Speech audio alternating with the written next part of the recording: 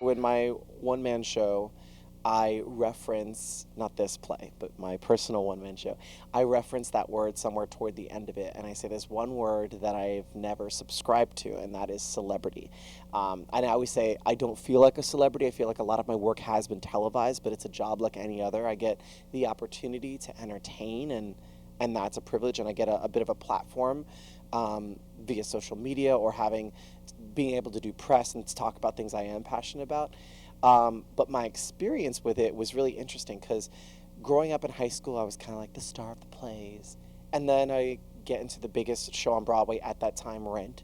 And so I get a little taste of fame because it was, signing autographs, taking pictures with fans. Certainly famous in New York at that time in the theater and the gay scene.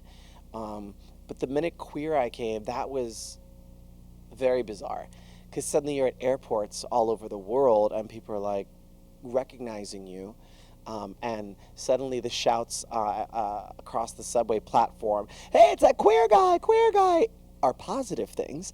Um, and so it's interesting, but I think it also took away any desire I ever had to chase fame.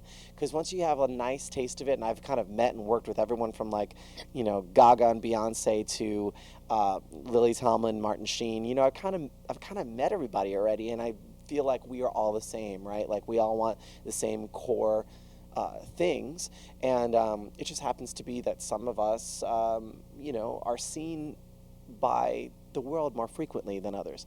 And that is for sure my biggest takeaway. I think I had a moment where I went to go see a Mark Anthony concert.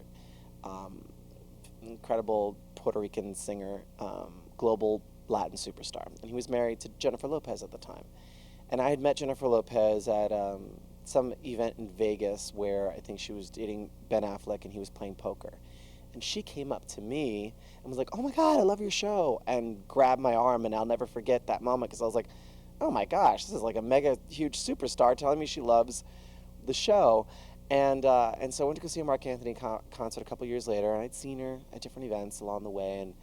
Um, and I remember afterwards, they were like, "Do you want to come hang out with us?" And went and had pizza and champagne on a yacht and like docked in front of the Statue of Liberty and was like, this is happening right now. And that was like I think the the most celebrity thing I think I've ever been a part of. And I think it was their friend's yacht or something. And I remember thinking, I think there was a Picasso in the bathroom. Like it was one of those kind of moments where like all of us were like, like what's happening? And it was just a handful of us. And I remember having just chill conversations and realizing, you know, she's a global superstar, but this feels like we're just having pizza with friends. And it just kind of was a nice equalizer that we are all the same. And so I think now I do work to feel like I am putting something positive into the world that's creative, artistic, but without the expectation that fame will come out of that work.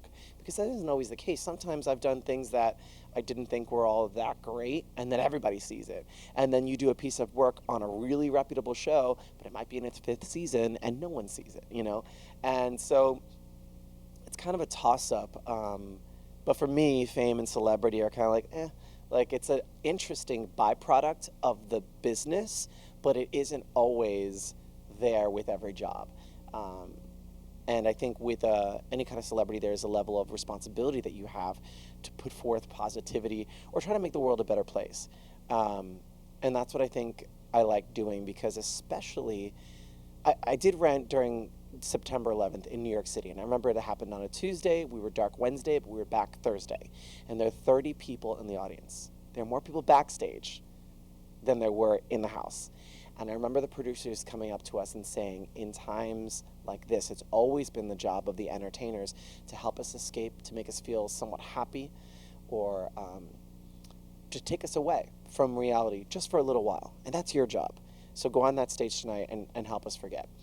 And we did that. And so now with the world being what it is, it's interesting to put entertaining into perspective and to know that we can offer some level of joy to people, during this crazy time.